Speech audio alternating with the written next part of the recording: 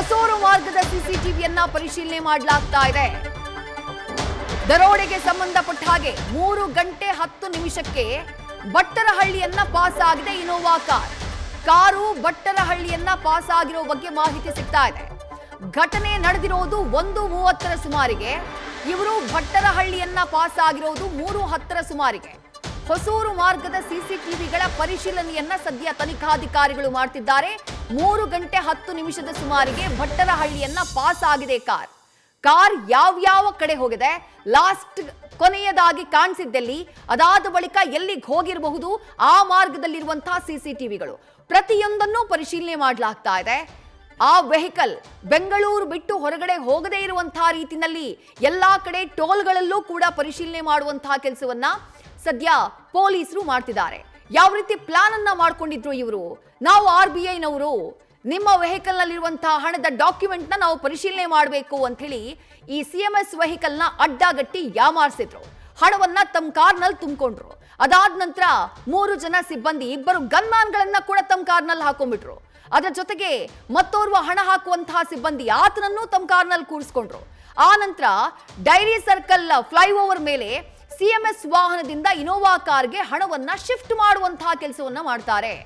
ಆ ಟೈಮ್ನಲ್ಲೂ ಕೂಡ ಈ CMS ವಾಹನದಲ್ಲಿದ್ದವರಿಗೆ ಅನುಮಾನ ಬರಲಿಲ್ವಾ? ಅವ್ರು ಯಾಕೆ ತಮ್ಮ ಗನ್ನನ್ನ ಪ್ರಯೋಗ ಮಾಡಲಿಲ್ಲ ಅಥವಾ ಕಿರುಚಾಡಲಿಲ್ಲ? ಯಾಕಂದ್ರೆ 10 ವೆಹಿಕಲ್ಗಳು ಅಲ್ಲಿ ಓಡಾಟ ನಡೆಸ್ತವೆ. 1 ಸೆಕೆಂಡ್ ಕೂಡ ಆ ರೋಡ್ ಖಾಲಿ ಇರೋದಿಲ್ಲ. ಅದು ಡೇ ಟೈಮ್ನಲ್ಲಂತೂ ನಾನ್ ಸ್ಟಾಪ್ ವೆಹಿಕಲ್ಗಳ ಸಂಚಾರ ಇರುತ್ತೆ.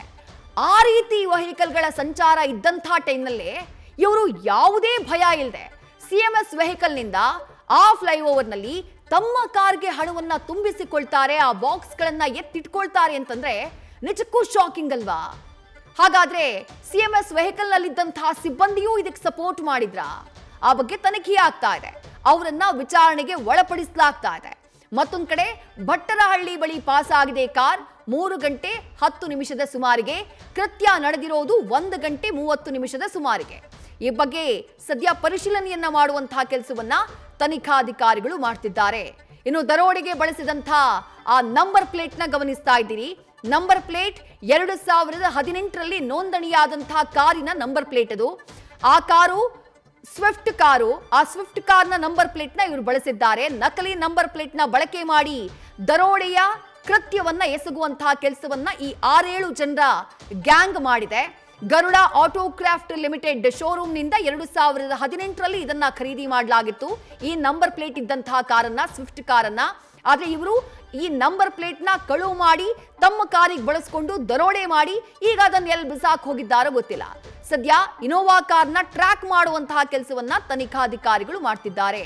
ಎಲ್ಲ ಆಯಾಮದಲ್ಲೂ ತನಿಖೆ ನಡೀತಾ ಇದೆ. ಎಲ್ಲ ಭಾಗಗಳಲ್ಲೂ ತನಿಖೆಯನ್ನ ಮಾಡಲಾಗ್ತಾ ಇದೆ. ನ್ಯೂಸ್ ಫಸ್ಟ್ ನಿರ್ಭೀತಿಯಿಂದ ನಿಮ್ಮ ಪರವಾಗಿ.